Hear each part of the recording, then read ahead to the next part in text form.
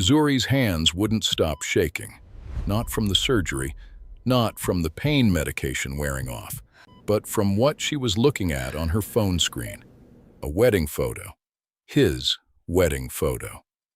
She had woken up that morning still groggy, still sore, still attached to a drip, and the first thing she did was reach for her phone to text him, to tell him she made it, that she was okay, that the surgery went well and his wife was going to live. But Demarian hadn't texted her first. He hadn't called. He hadn't even checked in. What he had done was get married to someone else. Zuri sat there in that hospital bed, one kidney lighter, a fresh scar splitting her side, and read the caption out loud to the empty room. God bless me with a new beginning. Posted at 9 a.m. She had still been on the operating table at 9 a.m. She didn't scream. She didn't call him. She just pressed her hand flat against that scar and asked herself one question: how did I get here? And that answer takes us back 3 years. 3 years before that hospital bed, Zuri Coleman was the kind of woman who made everyone around her feel safe. Not because she announced it, but because that's just who she was. Quietly, dangerously devoted to the people she loved. She was 31, a pediatric nurse in Atlanta, the kind of woman who worked double shifts and still brought her coworkers food on a Friday night, the kind who remembered everybody's birthday, everybody's mama's name, everybody's story. She had love to give, oceans of it. The problem was, she kept pouring it into the wrong places. She met Demarian Holt at a mutual friend's cookout on a July afternoon when the Atlanta heat was the kind that makes you question all your life choices. He was standing by the speakers, laughing at something, and Zuri said later that his laugh was the first thing that got her. Not his looks, not his words, his laugh. Like something in it told her, this man has never carried anything heavy in his life. She should have paid more attention to that feeling. Demarian was 34, charming in that effortless way that makes you feel like you're the special one, just for being in his presence. He had this way of looking at you when you talked, fully, completely, like nothing else in the world existed. Zuri had never had a man look at her like that before. So when he asked for her number, she gave it to him before he even finished the sentence. For 8 months, it was everything. Sunday morning phone calls that stretched into afternoon. Late-night drives through the city, talking about God and childhood and what they both wanted their lives to look like. He met her mother. She met his sister. It felt like the beginning of something permanent. And then one evening, Demarian went quiet. Not distant, not cold, just quiet. Like something had shifted behind his eyes, and when Zuri pressed him on it, really pressed him, he sat down across from her at her kitchen table, looked at his hands, and said 6 words she was not prepared for. Camille is sick. It's her kidneys. Now, Camille was not a stranger to Zuri. She knew about Camille. Demarian had been upfront. Camille was his ex. They had dated for 4 years, ended things 2 years before he met Zuri, but they stayed close. He called it unfinished friendship. Zuri had called it something else in her head, but never said it out loud. Because she trusted him. Because he gave her every reason to. But now, Camille was sick. Stage 4 kidney failure. Dialysis 3 times a week. Body slowly shutting down. Doctors giving her a narrow window unless a donor came through. And Demarian was devastated. Not in a romantic way. Zuri kept telling herself that. In a human way. In the way you grieve for someone who was once the center of your world. She understood that. She respected that. What she didn't see coming was what he was about to ask her. He didn't ask her that night. He didn't ask her that week. What Demarian did instead was something far more calculated, whether he knew it or not. He let Zuri meet Camille. It started casually, a hospital visit he mentioned almost like an afterthought. "I'm stopping by to see her. You can come if you want." The kind of invitation that sounds optional, but feels like a test.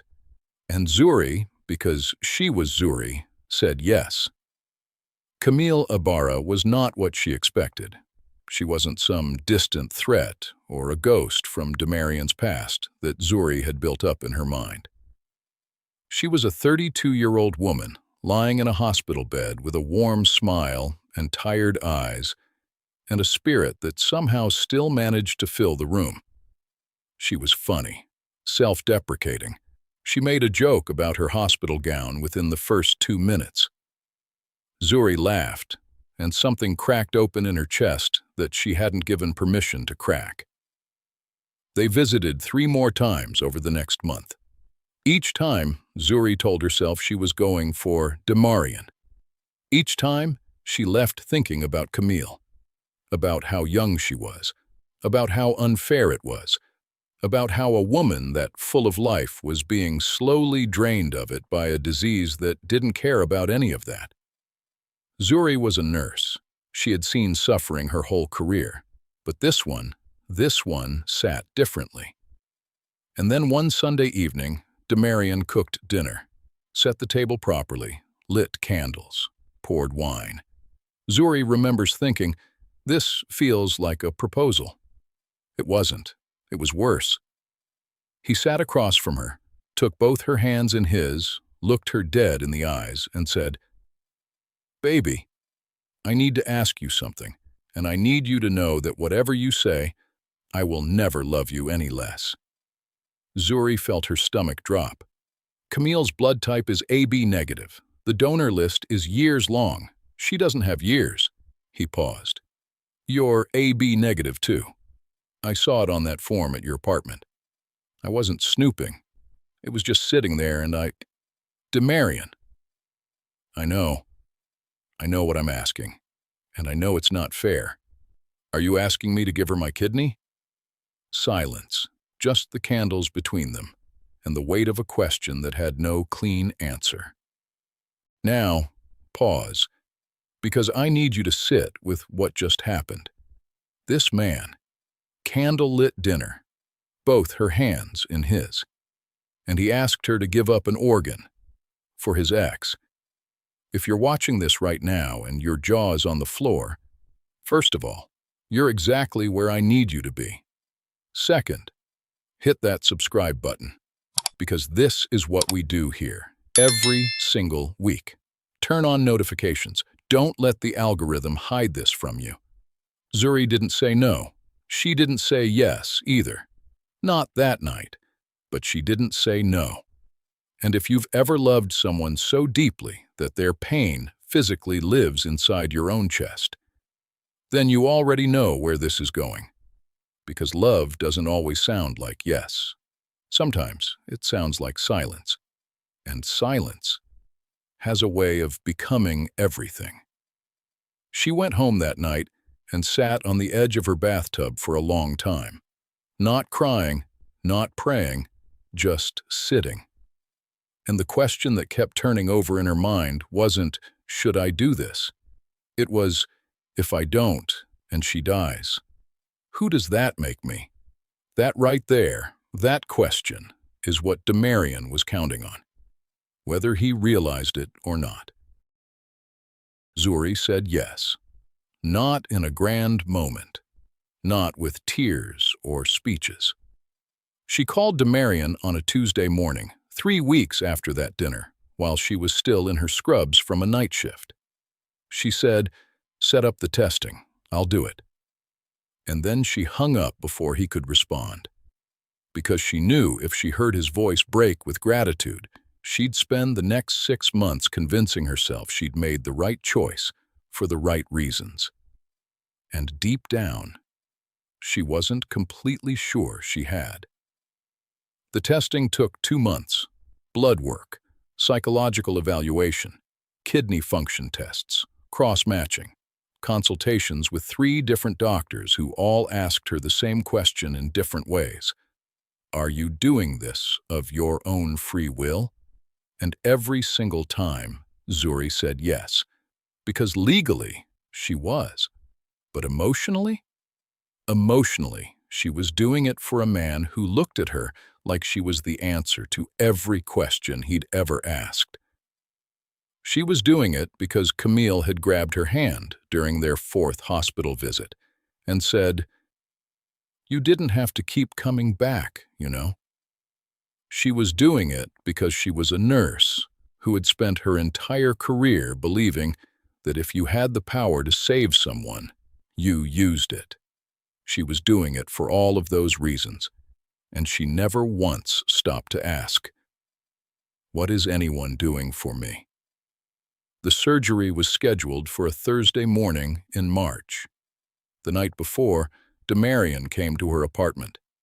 He held her for a long time without saying anything. Then he pulled back, looked at her face like he was memorizing it, and said, "After this is over, I want to build a life with you, Zuri, a real one. I need you to know that." She believed him. God help her. She believed every word. She went into that operating room the next morning with his voice in her head. A real life. A real life. A real life. The anesthesia pulled her under slowly, and the last thing she remembers thinking was, "This is what love looks like when it's brave." The surgery took 4 hours and 20 minutes. Zuri's kidney, healthy, viable, perfectly matched, was removed from her body and transplanted into Camille's. The procedure was a success. Camille's body accepted it almost immediately. The doctors called it remarkable. They called it one of the cleanest transplants they'd seen all year. What nobody called was Zuri. She woke up in recovery to a ceiling she didn't recognize and a pain in her side that made breathing feel like a negotiation.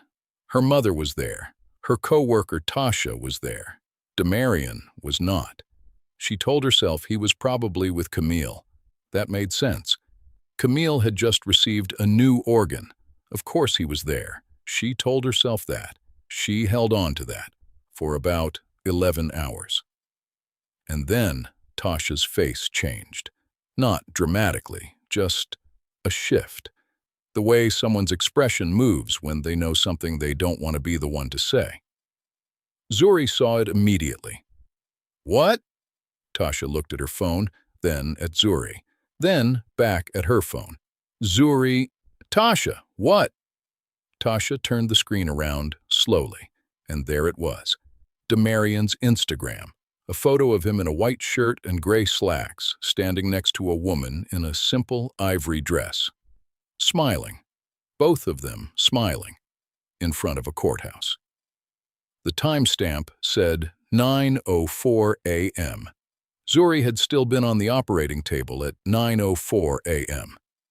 She read the caption once. She read it again. Then she handed the phone back to Tasha, turned her face toward the window, and didn't speak for a very long time. Because what do you even say? What words exist for the moment you realize that the life someone promised you was never yours to begin with? That the candlelit dinner, the hand-holding, the "I want to build a real life with you," was just a man saying whatever he needed to say, to get what he needed to get. Zuri had given that man the most intimate, irreversible gift one human being can give another. A piece of her own body, something she could never get back. And he had walked out of that hospital, straight into a courthouse, and married someone else before her anesthesia even wore off. Now here's what I need you to sit with for a second, because this is the part of the story where most people get angry, and they should. But anger is the easy emotion here. The harder question is this: how does a woman as smart, as loving, as grounded as Zuri get here? And more importantly, what does she do next? because this is not a story that ends in that hospital room. Not even close. She didn't contact him. Not that day, not that week. People expected her to, her mother expected her to, Tasha expected her to. Half her co-workers who heard the story expected her to blow up his phone, show up at his door, make him answer for what he did. But Zuri just didn't. And it wasn't because she wasn't hurting. She was hurting in a way that didn't have a name yet, the kind of pain that lives below anger, below tears. She was grieving, not just Demarian, but the version of herself that had trusted him so completely. She spent the first 2 weeks home from the hospital barely moving, not dramatically, not in a movie way, just slow, careful. Like the world had suddenly become fragile and she wasn't sure where to step. Her mother slept on her couch for 10 days straight without being asked. Tasha brought food every other evening and never once said, "I told you so," even though she absolutely had told her so. And Zuri lay there in her apartment, staring at the ceiling, doing the thing she'd spent her whole life doing for other people, just trying to survive. The story got out. Of course it did. These things always do. Someone who knew someone who worked at the hospital mentioned it online, and within 2 weeks, Zuri's story had traveled further than she ever intended it to. Strangers were furious on her behalf. Comment sections were on fire. People were calling Demarian every name the internet keeps ready for occasions like this. And Zuri, private, quiet, intensely private Zuri, found herself at the center of a storm she never asked to be in. But here's where her story turns. Because Zuri did something unexpected. About 6 weeks after the surgery, still healing, still sore, she sat down and wrote something. Not a call-out post, not a revenge thread, a letter. She posted it quietly, no photo, no tags, just words. And it started with this line: "I don't regret saving her life. I regret not knowing my own worth while I did it." That line traveled everywhere, because it cracked something open in people, because so many people recognized themselves in it, not the kidney part, not the betrayal part specifically, but that feeling. That deeply human feeling of giving everything you have to someone who was never keeping count. Of loving loudly in a one-sided room. Of confusing devotion with worthiness. Zuri started getting messages, hundreds of them. Women who had given up careers, men who had given up dreams, people who had spent years shrinking themselves down to fit inside someone else's life. And one day, looked up and realized the person they'd done it for had already moved on. She read every single one, and something in her started to shift. She went back to work 4 months after the surgery, walked back onto that pediatric ward like she always had, quietly, purposefully, like a woman who knew exactly why she showed up. Her co-workers stood up when she walked in. Not dramatically, nobody made a speech. Somebody just started clapping and everybody else followed. Zuri stood in the doorway of that ward and pressed her hand flat against her scrubs, right over that scar. And for the first time since she woke up in that recovery room, she cried. Not because she was broken, but because she finally felt held by people who saw her, who had always seen her, the people she'd been showing up for every single day, and had somehow forgotten to let show up for her. Now, what about Demarian? People always want to know about Demarian. His marriage lasted 7 months. 7 months. The woman he married, a woman named Priya, who had no idea about any of this story until it was already public, left quietly and with dignity, and honestly deserves her own video. Demarian reached out to Zuri once. One message, long, detailed, full of explanations that were really just excuses wearing a tie. Zuri read it. She didn't respond. Not because she was bitter, but because she had learned, finally, painfully, permanently learned, that not every apology deserves an audience, and not every chapter of your story needs the person who hurt you in the room for the ending. And Camille, the woman whose life Zuri saved, reached out 8 months after the surgery. No excuses, no explanations on Demarian's behalf. Just a voice message, 3 minutes long. She said, "I wake up every morning and I think about what you did, not what he did, what you did, and I want you to know that I don't take a single breath for granted. Not one." Zuri listened to that message 4 times. Then she saved it. Because here's the thing about Zuri's story that I don't want you to miss. The miracle in this story was never the surgery. The miracle was what happened after. A woman who had spent her whole life loving other people loudly finally turned some of that love around and pointed it at herself. She's 34 now, still nursing, still in Atlanta.